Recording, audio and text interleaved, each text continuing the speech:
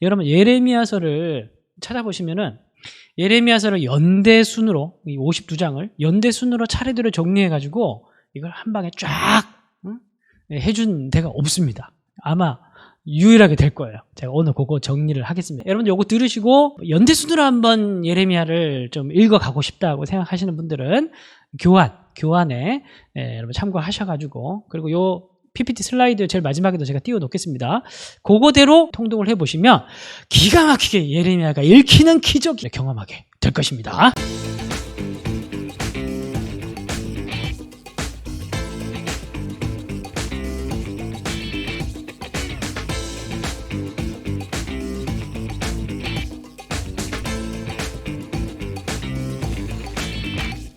예레미야서는 유다 말기와 관련된 역사와 예언이 아주 상세하고 듬뿍 담겨있는 책이 예레미야서예요. 그러니까 그 예루살렘 멸망 그 과정이 얼마나 중요합니까? 거기에 관련해서 역사와 예언까지 기록되어 있으니까 예레미야서가 얼마나 중요한 책인지 몰라요. 자, 총 4개의 파트로 정리를 해가지고 진행될 겁니다. 첫 번째, 요시야가 누구예요? 므낫세 다음 다윗을 방불케 하는 아주 선한 왕 요시야가 집권을 하게 됩니다. 그게 640년이에요. 자, 그런데 요시야 왕 13년에 요시야 통치 13년에 예레미야가 부름을 받게 됩니다. 그럼 40 빼기 13 하면은 27이죠. 그러니까 예레미야가 627년에 부름을 받은 거예요. 여러분, 이렇게 부름을 받았다는 거 계산을 해봐야 되는 겁니다. 왜 627년일까? 생각을 해봐야 되는 거. 왜 하나님께서는 627년에 예레미야를 부르셨을까? 그러면 틀림없이 627년과 관련된 중요한 역사적 사건이 있습니다. 그게 바로 뭐냐 하면은 아슈르바니팔이 사망하게 된 사건이 627년에 있어요. 역사에서. 그리고 아슈르바니팔은 아시리아에서 사지멀쩡한 마지막 왕이에요. 그 다음 왕들은 다 쇠퇴기로 가서 다 엉망진창 됩니다. 그래서 627년 중요한 전환점이 되는 거예요. 아슈르바니팔이 이 627년에 멸망을 하게 되고 626년 그 다음 해부터 해서 바벨로니아가 독립을 합니다. 그러니까 아시리아가 무너지게 된 시작점이 627년이 되는 거예요. 그때 하나님께서 예레미야를 부르신 거예요. 그렇다면은 예레미야의 사명과 무엇이 관련되어 있는 겁니까? 바로 아시리아의 멸망과 바벨로니아의 패권국가로 등장하는 바벨로니아의 사건과 바벨로니아와 예레미야의 예언 사역과 이제 밀접하게 관련이 있게 된다는 것을 우리가 알 수가 있는 것이죠. 자, 그래서 1장의 예레미야 소명장이에요. 그래서 하나님께서 예레미야를 부르시고 첫 번째 환상을 보여주시는데 그 환상이 뭐냐면 끓는 가마가 북쪽에서부터 기울어져 있습니다. 그래서 북쪽이라고 하면은 이제 저 위쪽, 그러니까 저기 이제 메소포타미아 북쪽 위쪽, 거기에서부터 이제 쭉 끓는 가마가 이제 기울어져 가지고 이제 저 서쪽 쪽에 가나안 쪽으로 이제 쭉 이제 기름을 붓습니다. 그럼 끓는 기름을 부으면 어떻게 됩니까? 녹아버리겠죠. 가나안 땅이 다 이제 불바다가 되는 이제 그런 바벨로니아를 들어가지고 북방민족을 들어가지고 이제 남유다를 멸망시킬 그 하나님의 계획, 그 계획을 전파하라. 그게 너의 사명이다. 이제 그걸 이제 예레미야에게 보여주는 거죠. 그런데 627년에 예레미야가 부름을 받았지만 이후 18년 정도 활동들이 기록되어 있지 않아요. 그러니까 다소 소극적으로 예레미야가 활동을 했는 것 같아요.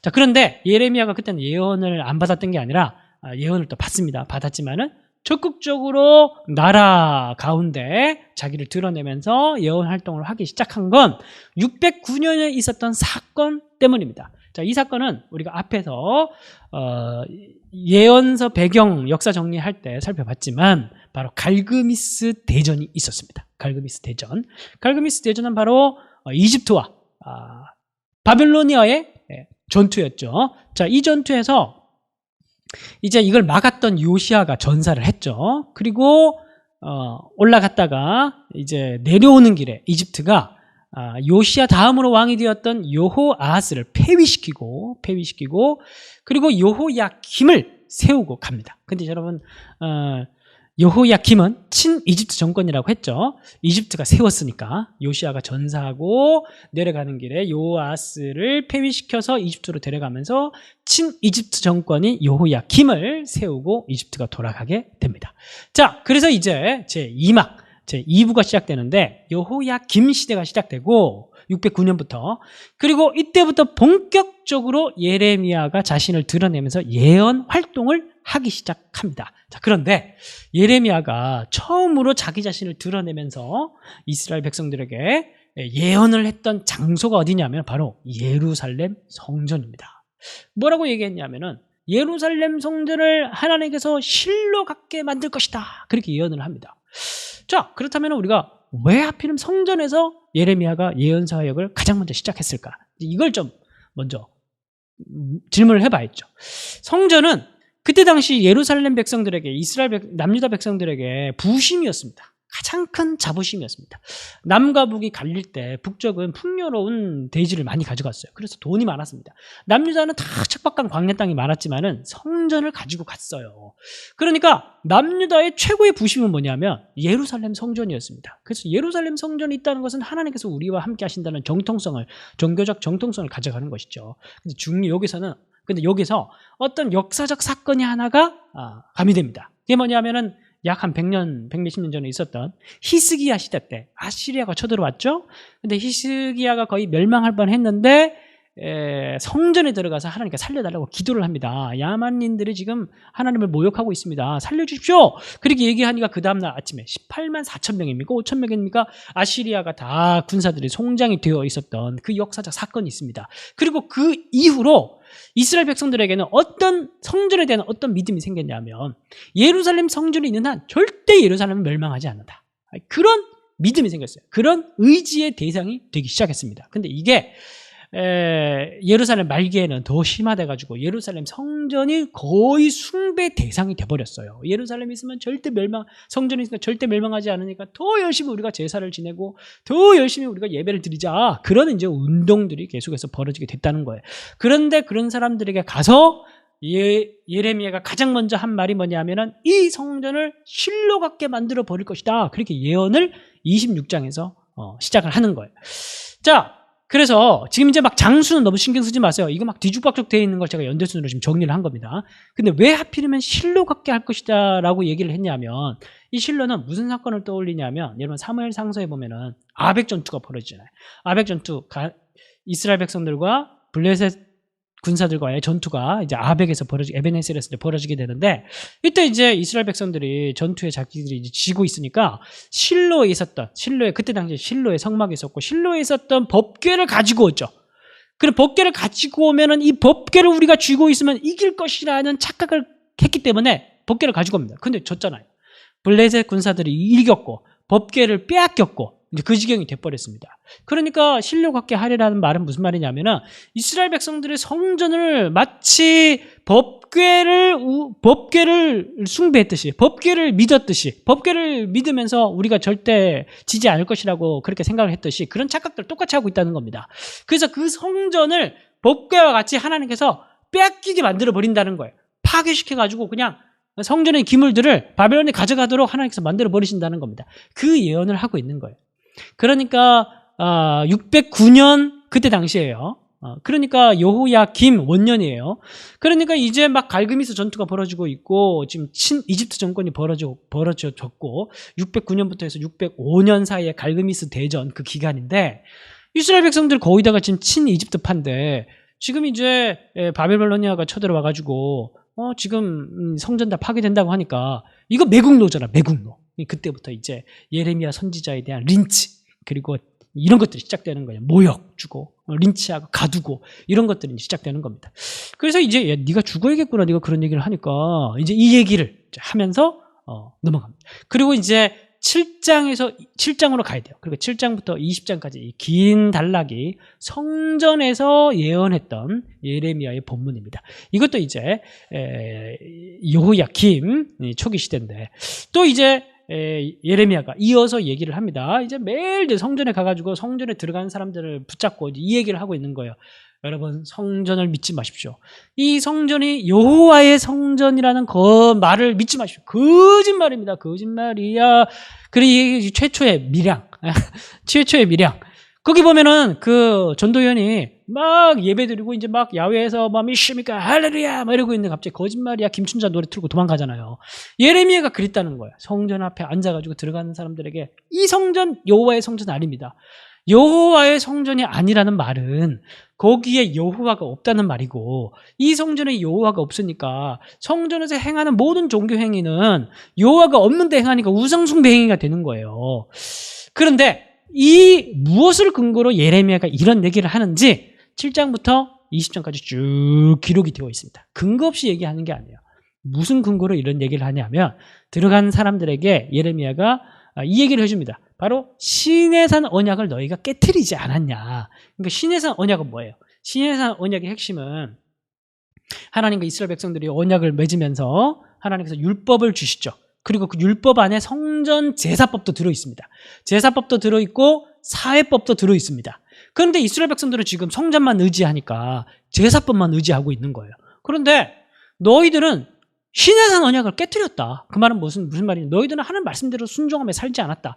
너희들은 사회적 불의를 해갖고 약한 자들을 착취했고 억압했고, 너희들은 우상 숭배를 하면서 또 성전에 와서 예배를 드리고, 너희들은 당연히 지켜야 될 하나님에 대한 그런 율법들을, 그런 법들을 다 지키지 않고 딱 요거 하나만 하면서 너희들은 절대 하나님께서 우리를 버리지 않는다고 그렇게 얘기를 하고 있으니까 그 말이 안 맞지 않느냐, 이제 그렇게 얘기를 하는 거예요. 우리에게 적용을 해보면 오늘 또 우리도 사실 그런 태도들이 많이 가지고 있죠. 뭔가 내가 주일 성수라는 걸 하고 또 11조를 꼬박꼬박 내고 그러면은 뭔가 내가 하나님 백성이라고 생각하는 그런 착각들을 하고 있어요. 근데 여러분, 그것도 물론 중요하긴 하지만은 그건 일부일 뿐입니다. 그게 모든 걸 다 설명해 주지 않아요. 중요한 건 하나님 관계는 단순히 내가 주일 성수하고 11조하고 이런 게 신앙생활의 전부라고 생각하셔도 안 되는 일부일 뿐이라고. 일부일 뿐. 가끔 뭐 예배 목숨을 걸자. 예배 목숨을 왜 겁니까? 예배는 그냥 겸손하게 하나님을 우리가 영광을 돌리면 되는 건데 뭘 그렇게 예배에 막 힘을 줘가지고 거기에 뭔가 대단한 뭔가 그런 거 있는 것처럼, 물론 대단하긴 하지만, 그러니까 이걸 너무 전체적으로 적용을 해가지고 여기 이걸 절대적으로 만들어버리고 다른 걸 다 고사시켜버리면은 거기서 종교 우상숭배가 시작되는 거예요. 그 얘기를 지금 예레미야가 해주고 있는 겁니다. 그러니까 반응은 어떠냐면, 너 진짜 뜨거운 맛을 한번 봐야 네가 정신을 차리겠구나. 네가 지금 어떤 상황인데 네가 지금 그런 얘기를 해, 감히 성전 앞에서. 그러면서 바수훌이라는 사람이 예레미야를 불러다가 팹니다. 예레미야를 때리고 예레미야 목에다가 이 나무 착고를 채워가지고 가둬둡니다. 그러니까 이제 예레미야가 엄청난 큰 이제 린치를 당한 거예요. 그리고 그 다음날 풀어줘요. 또 바수훌이 풀어줍니다. 너 조심해. 함부로 입 놀리다가 너 죽는 수가 있어. 그러면서 풀어줍니다. 그리고 이제 7에서 20장 성전 본문의 마지막 장인 20장에 예레미야가 서러워가지고 막 눈물을 흘리면서, 하나님 왜 나를 예언자로 불러가지고 이런 고생을 하게 하십니까? 욥처럼 주저앉아가지고 막 꺼이꺼이 울면서 내 생일이 저주를 받았더라면, 내가 차라리 태어나지 않았더라면, 그러면서 자기를 낳게 한 태를 저주하면서 그렇게 신세 한탄을 하는 그런 장면이 나옵니다. 이제 605년이 돼가지고 이제 정말 갈그미스 대전 제2차 전쟁이 벌어지게 됩니다. 이제 그런 상황 가운데 또 예레미야 예언이 선포되는데, 이런 상황 가운데 계속 예레미야가 바벨로니아가 승리할 것이다, 바벨로니아가 쳐들어올 것이다, 우리는 바벨로니아로 사로잡혀 갈 것이다, 우리는 사로잡혀 가는 게 산울 것이다, 막 이런 거 자꾸 얘기를 하니까 듣기 싫은 거예요. 그래서 예레미야를 가둬버립니다. 예레미야를 가둬버려요. 그런데 가둔다고 하나님의 말씀을 가둘 수가 있습니까? 몸은 가둬도 하나님의 말씀을 절대 가둘 수가 없어요. 그래서 바울의 이야기 같은 경우에도 바울을 감옥에 가두잖아요. 바울을 감옥에 가둔다고 바울이 복음을 전파하지 않습니까? 죄수들에게 복음을 전하고 간수장에게 복음을 전해가지고 간수장이 옥문을 열고 집으로 데려가서 복음을 전파하게 합니다. 또 로마 감옥에 갇혔을 때도 바울이 감옥에 갇힌다고 복음을 전하지 않습니까? 사람들이 찾아와가지고 복음 말씀을 듣고 또 그 말씀을 받은 사람들이 나가서 복음을 전해요. 절대 말씀을 가둘 수는 없어요. 그래서 예레미야가 서기관 바룩을 불러가지고 자기가 요시야 시대 때 18년 동안 하나님께서 받았던 그 예언의 말씀을 기록하게 만드는데, 이게 바로 2에서 6장까지의 내용입니다. 여러분 꼭 기억하세요. 이게 이렇게 막 섞여 있는 거예요. 앞에 36장 그 얘기가 있고, 그리고 이 바룩에게 기록하게 만들었던 그 말씀이 어디에 있냐면 2에서 6장까지에 있어요. 자, 2에서 6장까지의 내용들을 정리를 하면 대충 이렇습니다. 이스라엘 백성들은 영적 간음을 한 거예요. 지금 우상 숭배하고 우상숭배 하나님을 떠난 상태에 있어요. 그래서 여기에 대한 하나님께서 처벌로 칼과 불이 예루살렘에 임할 것이다. 그런데 그들의 현실은 마치 소돔과 고모라 같아요. 소돔과 고모라는 다음날 멸망할지라도 먹고 마시는 상태. 아무리 하나님께서 사람을 보내가지고 말씀을 해도 소돔과 고모라 사람은 돌아오지 않았습니다. 그래서 마지막 최종 선고를 합니다. 2에서 6장에서 파멸이다, 그렇게 선고를 합니다. 그 말씀을 적게 만들어서 바룩 서기관 바울이 이것을 기록해가지고 성전에 가서, 왕궁에 가서 이 말씀을 읽어준 거예요. 그런데 놀랍게도 예레미야 말씀에 유일하게 유대인들이, 남유다 사람들이 회개를 하는 장면이 나옵니다. 막 금식하면서 이 말씀을 듣고 회개를 합니다. 왜냐하면 지금 605년에 갈그미스 바로 위쪽에서 전투가 막 벌어지고 있거든요. 막 바벨로니아와 이집트가 막 고래 싸움들을 막 하고 있는 거예요. 그럼 밑에 작은 소수 국가였던 그 남유다 같은 경우는 고래 싸움에 새우등 터질 수도 있으니까 지금 노심초사 막 마음이 가난한 상태인 거예요. 그런데 지금 바룩의 입을 통해 가지고 예레미야 예언들이, 파멸에 대한 예언들이 울려 퍼지고 있으니까 막 마음이 가난해져 가지고 이 말씀을 받아들이고 막 금식하면, 우리가 금식하면서 기도해야 되지 않냐, 그러면서 막 회개의 운동의 조짐이 보이기 시작합니다. 자, 그런데 여기에 찬물을 끼얹는 사람이 있으니 바로 여호야김이에요. 여호야김. 김을 좋아해서 김신지 모르겠죠. 여호야김이 야, 바로 불러. 왕궁으로 불러가지고 한번 읽어봐. 그래, 읽었더니만은 뭐 예레미야 말씀이 이제 막 선포됩니다. 근데 이게 친 이집트파, 바로 이집트가 세운 왕이니까 친 이집트파였던 여호야김 귓구멍에는 들어가지가 않는 거예요. 야, 부르고 해놓고 다 읽고 나면은 그걸 이제 칼로 찢어가지고 화롯불에 태워버립니다. 그리고 말씀을 다 태워버려요. 그러니까 이제 남유다는 이스라엘은 안 되는 거예요. 그리고 이제 605년에 갈그미스 대전에서 바빌로니아가 승리를 하고 그대로 밀고 내려와가지고 포로로 사람들을 사로잡아 가게 됩니다. 이때 이제 45장, 35장이 이제 그 다음에 기록이 돼요. 이제 예레미야가 이렇게 사로잡혀 갔으면 사람들이 충격에 빠진 겁니다. 이제 이때까지 여러 가지 침공은 당했지만 이렇게 수천 명이나 되는 귀족들, 이런 사람들이 사로잡혀 가게 된 건 역사적으로 처음으로 경험하는 것이었거든요. 사람들이 막 충격에 빠져가지고 지금 막 뒤숭숭하고 있었던 그 상황에서 예레미야가 이제 그래도 살아남을 사람들은, 이런 상황, 내가 멸절을 얘기하고 내가 예루살렘 파괴를 얘기하지만은 이런 상황까지서 살 사람은 산다. 그러니까 결국 순종하는 사람들은 산다. 이제 그런 이제 얘기를 해요. 그 남은 자들에 대한 얘기를 하는데 첫 번째가 바로 바룩입니다. 바룩 같은 경우에는 예레미야의 예언의 말씀을 받아 적은 사람이죠. 그리고 35장에서는 레갑 자손의 이야기가 나옵니다. 레갑 자손들은 선조 요나답의 말씀을 그대로 잘 200년 이상 동안 그것을 잘 지키고 내려오면서 아주 신실하게 살아가고 있는 그런 아주 소수 민족이에요. 그래서 이런 사람들을 얘기를 하면서 그래도 순종하는 사람들은 살게 된다는 것을 강조합니다. 결국 이스라엘 백성들은 선조들의 죄 때문이 아니라 지금 너희들이 하나님 앞에 불순종하기 때문에 당연히 멸망하게 되는 거다. 이제 그 얘기를 하고 있는 거예요. 그러면서 또 한마디를 25장에서 더 추가하는데 그게 뭐냐 하면 너희들도 살 수 있는 방법이 있다. 그게 뭐냐 하면 내가 지금 나를 통해서 말씀하시는 하나님의 말씀에 순종하면 살게 된다는 거예요. 근데 그 순종의 말씀이 뭐냐 하면 끌려가는 거예요. 끌려가면 바벨론에서 살게 된다는 거예요. 살다가 다시 돌아오게 되니까 일단은 끌려가는 게 지금 너희들은 사는 거다. 그 얘기를 하는데, 그런데 여러분 이게 받아들이기 쉽지 않잖아요. 그죠? 망하는 게 산다고 말하고 있는 거잖아. 지금 예언자가 우리도 지금 살 수 있는 길이 딱 한 가지가 있는데, 아무리 죄가 많고 너희들이 그래도 지금 순종하면 하나님께서 너희들을 살려주는데 그 한 가지가 뭐냐 하면 바로 끌려가는 거예요. 그런데 그걸 이 사람들이 받아들이기 너무 힘든 거예요. 그러면서 예레미야가 25장에서 정확하게 이 예언까지 합니다. 너희들 지금 되게 두려워하는데 순종해서 바벨로니아로 끌려가면 딱 70년 뒤에, 그러니까 지금 여러분 605년에 갈그미스 대전이 끝나고 1차로 포로로 잡혀갔죠. 그리고 지금 그때 예언을 하는 거예요. 지금 예레미야 25장은 그때 예언을 하는 겁니다. 그게 605년이에요. 605년에서 70년을 하게 되면은 이제 536년 정도가 나옵니다. 536년에 정말 페르시아 고레스가 일어나가지고 1차 포로 귀환이 이루어져요. 정확하게 70년 뒤에. 그러니까 25장에서 예레미야가 이미 이렇게 얘기를 하는 겁니다. 너희들 끌려가면 사는데 내가 횟수까지 얘기해 줄게. 정확하게 70년 뒤야. 70년 뒤에 정확하게 돌아와. 그러니까 이걸 믿으면 사는 거야. 이렇게 얘기를 했는데도 못 믿어요.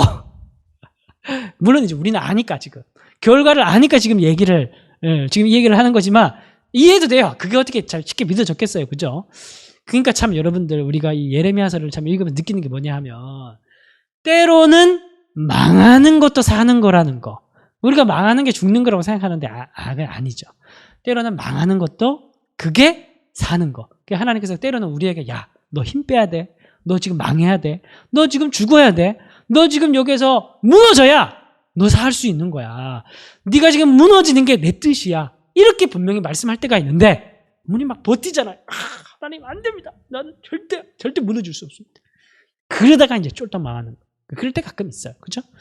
참 우리가 순수하게 참 하나님과의 하나님 말씀을 참 귀 기울여 들을 수 있도록 그 참 마음을 유지하는 게 들을 귀를 가지는 게 굉장히 중요한 것 같습니다. 자, 그래서 이제 우리가 앞에 스바냐 이야기에서 살펴봤지만 스바냐 1장에서도 예루살렘 멸망, 2장에서 주변 국가의 멸망. 자, 마찬가지로 이스라엘이 포로로 사로잡혀 가고 멸망 예언이 이제 있고 난 이후에 25장에서는 바로 이스라엘 주변 국가에 대한 멸망에 대한 이야기가 나옵니다.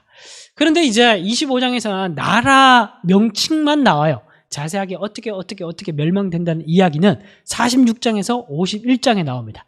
이렇게 본문들이 흩어져 있습니다. 예레미야서가 사람 한 장을 노리시죠.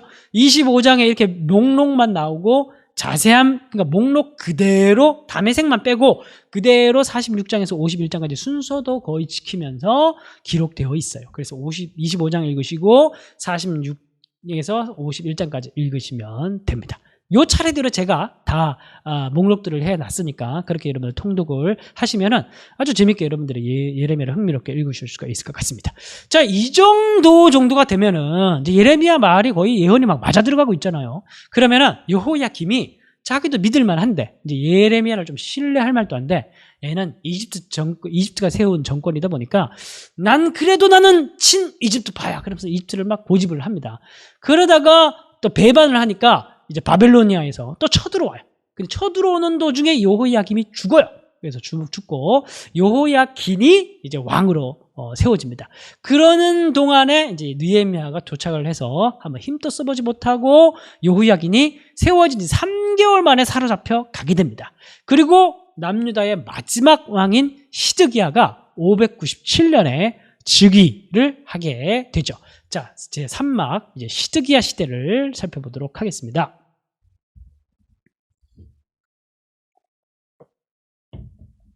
자, 시들시들한 왕이었던 시드기야, 막 줏대도 없고, 막 젊은 사람이다 보니까 막 사람들한테 막 친 이집트파한테 막 휘둘리고, 자, 그런 사람이 이제 시드기야 마지막 왕인데, 시드기야 왕이 이제 벌써 이제 2차 침공이 이루어지고 2차로 포로로 잡혀갔어요. 그리고 이제 시드기야가 왕이 되는데, 이제 예레미야가 시드기야가 왕이 되니까 나타났습니다. 시드기야 원년 27장. 예레미야가 이제 목에 뭘 걸고 나타나는데, 뭘 걸고 나타나냐면, 바로 소가 매는 멍에 그리고 줄 이런 거를 이제 달고 이렇게 나타난 거예요. 이제 행위 예언을 하고자 하는 것이죠. 그럼 뭐라고 얘기하냐면 이처럼 우리는 바벨론을 섬겨야 된다. 소가 주인을 섬기듯이 우리는 이처럼 바벨론을 섬겨야 산다. 지금 예레미야가 얘기를 합니다. 그리고 또 동시에 예레미야가 뭐라고 얘기를 하냐면 거짓 예언자를 조심하십시오.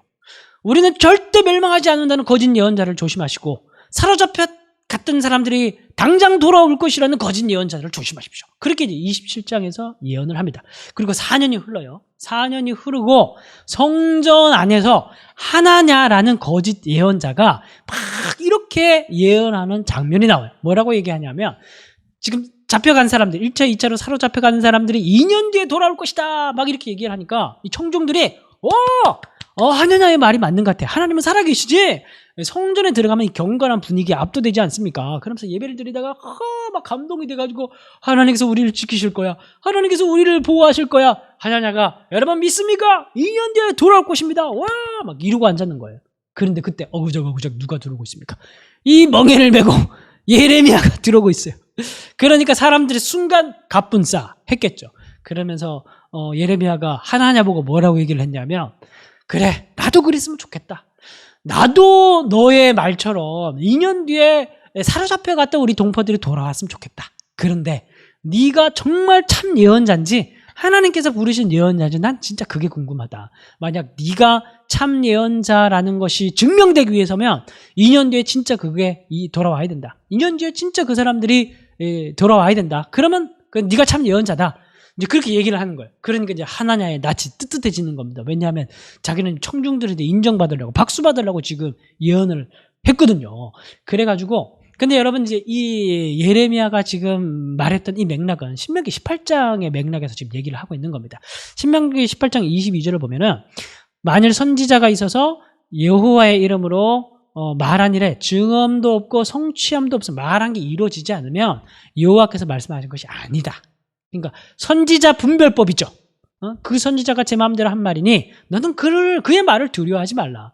여러분 이 말씀 꼭 기록해 두십시오. 여러분들 가끔 이렇게 마음이 되게 약하신 분들이 어디 막 유튜브에 이상한 사람들이나 아니면 막 이단의 속임수나 아니면 그냥 정통교회를 표방할지라도 거기 막 이상한 가르침으로 이 마음이 약간 심리적으로 약한 사람들이 교회에 좀 많이 오는 편이다 보니까 그 사람들에게 아주 이상한 막 그런 말들을 해가지고 그 사람들을 막 종교적으로 착취하고 막 그런 것들이 때때로 많이 있어 왔습니다.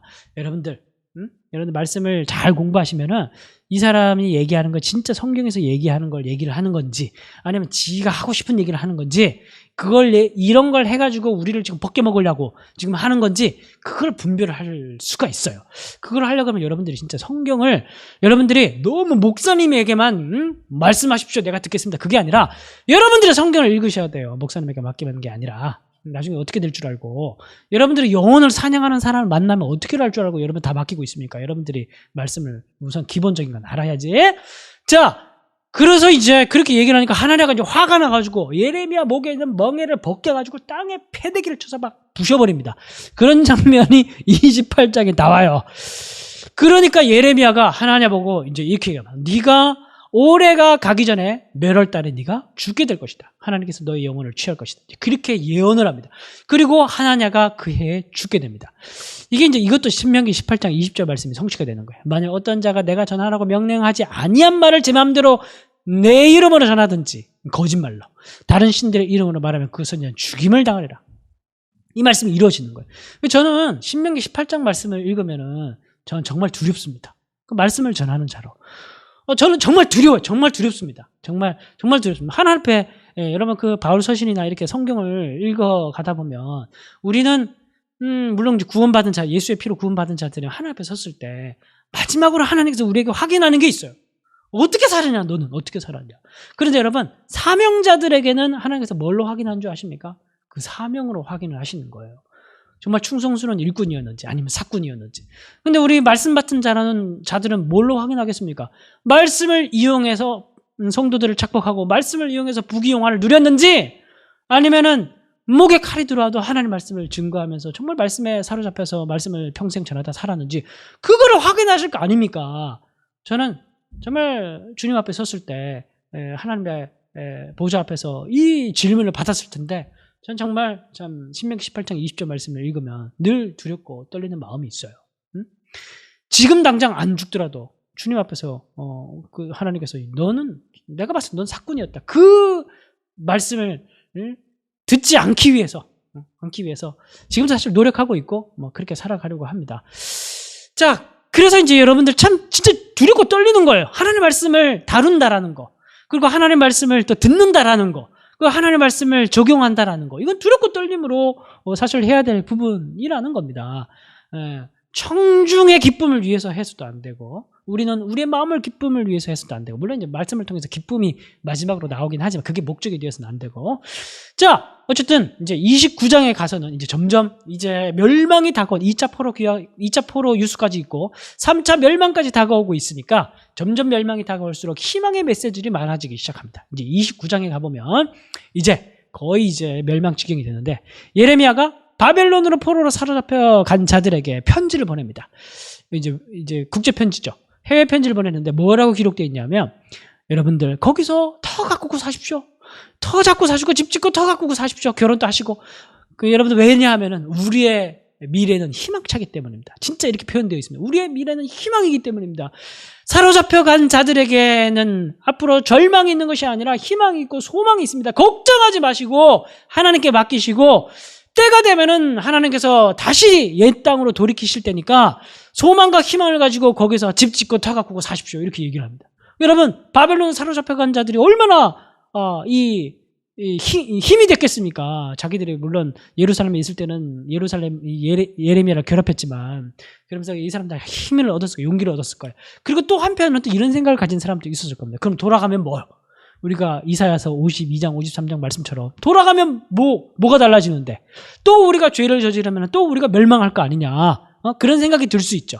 그래서 예레미야가 이어서 이제 그들의 고장난 마음을 치료하실 하나님의 새 언약에 대한 내용을 29장에 이어서 30장, 31장에서 얘기를 하는데, 이게 예레미야서의 절정입니다.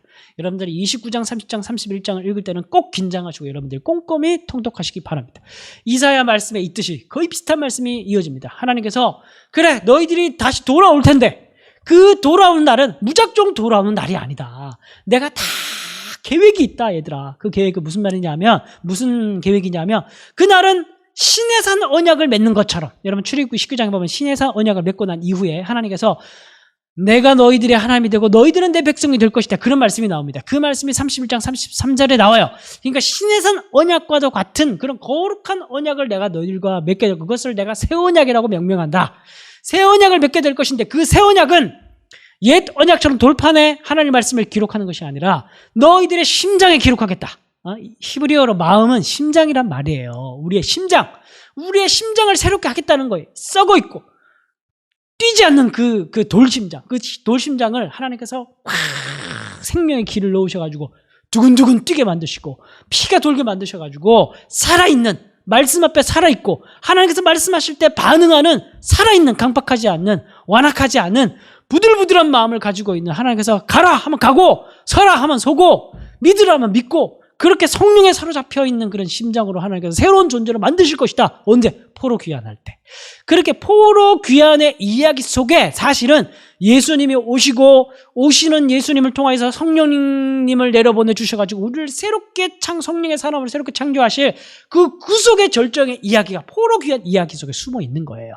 네? 그래서 30장, 31장은 그 모든 이야기의 절정, 구속사의 절정의 이야기가 여러분 들어있다는 생각들을 가지시면서 30장, 31장을 읽으셨으면 좋겠습니다. 자, 마지막 장면입니다. 바로 예루살렘 포위와 멸망. 이제 드디어 588년이 돼가지고 예레미야의 말 좀 듣지. 이제 또 배반을 했습니다. 시드기야 일파들이 또 배반을 해가지고 바벨론이가 마지막 3차 침공을 하게 됩니다. 이제 세 번째 침공하게 될 때는 이를 갈면서 너 다 죽여버린다. 그러면서 이제 느부갓네살이 쳐들어와요.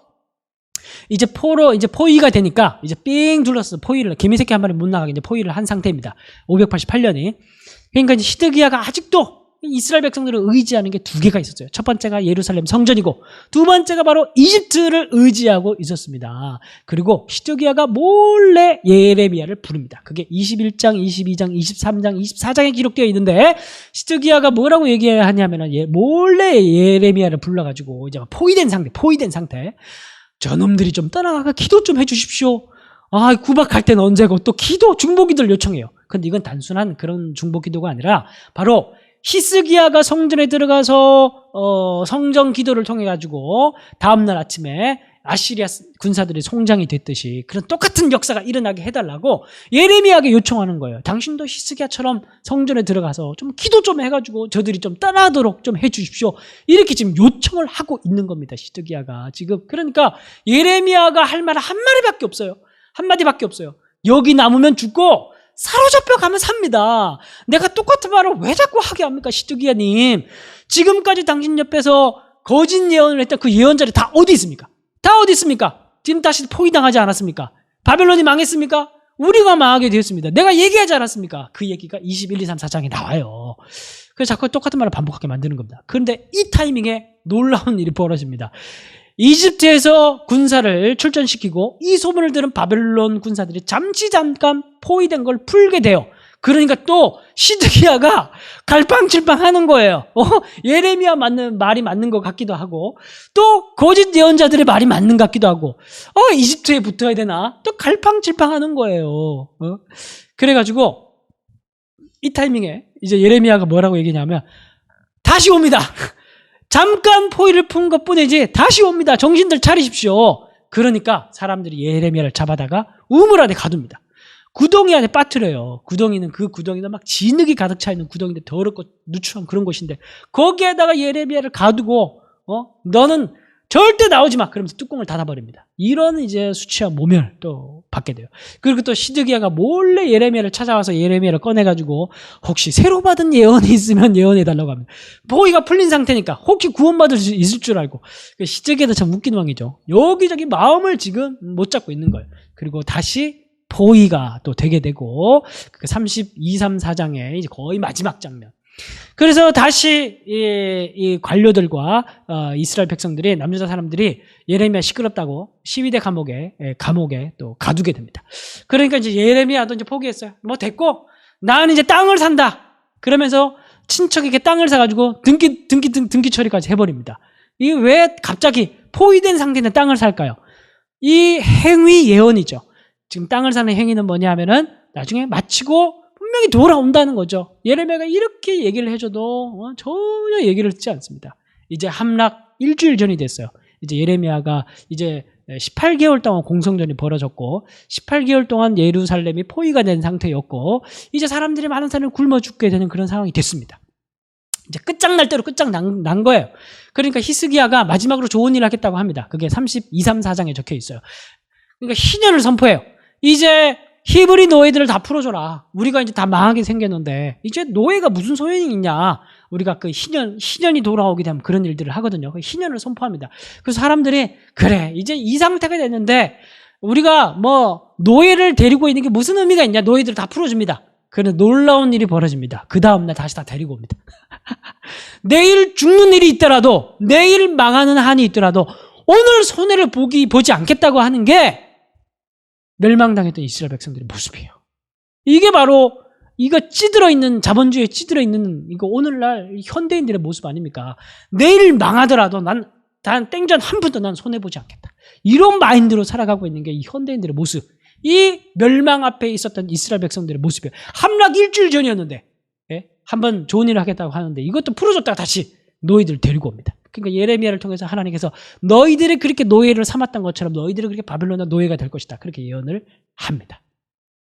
자, 그래서 드디어 예루살렘이 586년에 18개월 만에 함락이 됩니다. 그게 39에서 44장, 52장에 기록이 되어 있습니다. 바벨로니아가 쳐들어와서 시드기야 왕의 두 눈을 뽑아버립니다. 그리고 시드기야 왕을 바벨론으로 끌고 가게 됩니다. 이제 완전히 다 예루살렘은 폐허가 되고 이제 남아있는 그냥 다 비천하고 그냥 뭐 직업도 없고 뭐 이제 약간 뭐 그런 쓸모없는 그런 사람들, 그런 아주 그런 이제 능력 없고 그러니까 귀족들, 똑똑한 사람들, 엘리트들 싹 다 사로잡아 가고 이제 그냥 별 쓸모없는 사람들만 이제 예루살렘 땅에 이제 남아 있게 된 거예요. 이 사람들은 이제 예루살렘 예레미야도 같이 남아 있어요. 느부갓네살을 사로잡아가면서 예레미야는 풀어줍니다. 이 사람들이 이제 예레미야 말이 맞았다는 걸 알게 됐죠. 예레미야에게 찾아와가지고 예언자요. 이제 우리가 어떻게 하면 좋습니까? 우리에게 얘기해 주십시오. 이제서야 예레미야의 말에 귀를 기울이는 척을 합니다. 그런데 예레미야가 이제 뭐라고 얘기하냐면 이집트로 가지 말라. 이제 이 얘기를 합니다. 이집트로 가지 말고 이제 몇십 년 뒤에 이 땅에 하나님께서 돌아오게 만들 거니까 여기에서 이제 너희들이 어차피 남았으니까 여기에 터를 잡고 살자. 나와 함께 터를 잡고 살자. 하나님께서 하나님 백성 약속대로 하나님 백성을 돌이키실 그날을 바라보면서 소망을 가지고 이 땅 가운데 살자. 절대 다른 데 가지 말고 특별히 이집트 가지 말고 계속 친 이집트 예? 그게 남아 있으니까 그렇게 이제 얘기를 합니다. 그런데 그때 당시 무슨 일이 벌어졌냐면 바벨로니아가 총독으로 세우고 남기고 갔던 그다랴를 이스마엘 무리들이 살해하는 쿠데타를 일으키는 그런 사건이 일어나게 됩니다.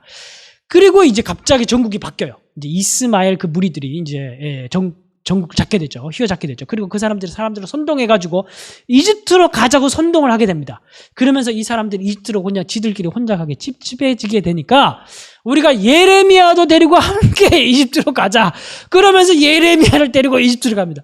완전 청개구리 삼신이 들려가지고